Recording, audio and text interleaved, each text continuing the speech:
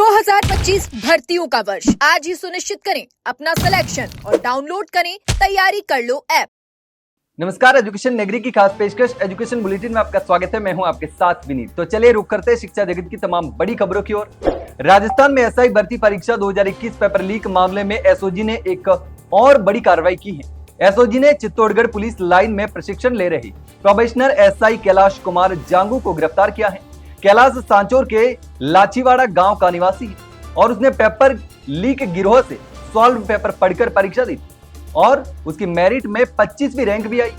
SOG द्वारा जब दोबारा परीक्षा आयोजित की गई तो कैलाश के अंकों में भारी गिरावट दर्ज की गई, जिससे उस पर संदेह पुख्ता हो गया। जांच में यह पता चला कि कैलाश ने इससे पहले 2015 की पटवारी, जेल प्रहरी, कांस्टेबल, दिल्ली पुलिस और एसआई भर्ती 2018 में भी परीक्षा दी, लेकिन किसी भी परीक्षा में वो पास नहीं हो पाया। इसके साथ ही बता दें कि पेपर लीक प्रकरण में अब तक कुल 127 आरोपी गिरफ्तार हो चुके हैं, जिनमें से 56 ट्रेनी एसआई हैं। एसओजी की कार्रवाई भर्ती प्रक्रिया में पारदर्शिता बनाए रखने की दिशा में एक और बड़ी कार्रवाई मानी जा रही है। राजस्थान की चतुर्थ श्रेणी कर्मचारी भर्ती परीक्षा में तकनीकी तरीके से नकल करने की कोशिश करते हुए एक और अभ्यर्थी को पुलिस ने गिरफ्तार कर लिया है। आरोपी रवि कुमार जाजड़िया, जो कि मुरलीपुरा का रहने वाला है और बीटेक ग्रेजुएट है, अंडरगारमेंट में स्मार्ट वॉच छिपाकर जयपुर के महावीर मार्ग स्थित महात्मा गांधी राजकीय स्कूल परीक्षा केंद्र पहुंचा था।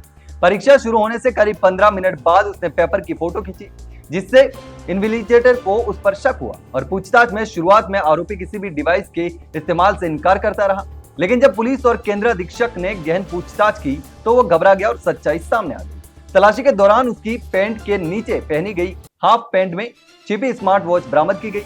आरोपी ने स्वीकार किया कि वह गूगल की मदद से कठिन प्रश्नों के उत्तर खोजने की योजना बना रहा था, लेकिन उसे मौका नहीं मिला। अशोकनगर थाना पुलिस ने उसे गिरफ्तार कर लिया है और स्मार्ट वॉच को भी जब्त कर लिया गया है। एडिशनल डीसीपी पूनम चंद बिश्नोई ने बताया कि आरोपी का मेडिकल प्रशिक्षण भी करवाया जा रहा है। राजस्थान कर्मचारी चयन बोर्ड द्वारा आयोजित की जा रही चतुर्थ श्रेणी कर्मचारी भर्ती परीक्षा अब अपने अंतिम चरण में है। आज परीक्षा के दूसरे दिन भी 2 पारियों की परीक्षा हुई। ऐसे में कुल 4 पारियों की परीक्षा अब तक संपन्न हो चुकी है, जिसमें 85% से ज्यादा उपस्थिति रही। यह परीक्षा 19 सितंबर से शुरू हुई थी और कल यानी कि 21 सितंबर को 2 पारियों में परीक्षा होने वाली है और इसके साथ ही परीक्षा समाप्त हो जाएगी। परीक्षा के दौरान सुरक्षा और पारदर्शिता बनाए रखने के लिए भी सख्त चेकिंग व्यवस्था लागू की गई है। इस सख्ती के चलते कई अभ्यर्थी सिर्फ 1 या 2 मिनट की देरी के कारण परीक्षा से बाहर भी हो रहे हैं। वहीं कुछ उम्मीदवारों को कड़ी तलाशी प्रक्रिया के चलते बनियान पहनकर भी एग्जाम देना पड़ रहा है और इस बार की भर्ती परीक्षा का दायरा भी काफी बड़ा है। कुल 53,749 पदों के लिए लगभग 25 लाख अभ्यर्थियों ने आवेदन किया है और हर पारी में लगभग 4 लाख उम्मीदवार शामिल हो रहे हैं। राजस्थान कर्मचारी चयन बोर्ड ने आगामी भर्ती परीक्षाओं की संशोधित तिथियां जारी कर दी हैं। बोर्ड ने पहले से घोषित परीक्षा समय सारणी में बदलाव करते हुए 4 प्रमुख परीक्षाओं की नई तिथियों की घोषणा कर दी है, यानी कि 4 परीक्षाओं की तारीखें बदल चुकी हैं। बोर्ड ने स्पष्ट किया कि वह बदलाव आवश्यक कारणों के चलते किया गया है। नई तिथियों के अनुसार ग्राम विकास अधिकारी सीधी भर्ती परीक्षा 2025 अब 2 नवंबर 2025 को आयोजित की जाएगी। वहीं परिचालक सीधी भर्ती परीक्षा 2024 को 6 नवंबर 2025 को आयोजित करवाया जाएगा। इसके साथ संविदा आयुष अधिकारी, आयुर्वेद, होम्योपैथ, यूनानी परीक्षा 2025 की नई तिथि जो है वो 26 दिसंबर 2025 तय की गई है।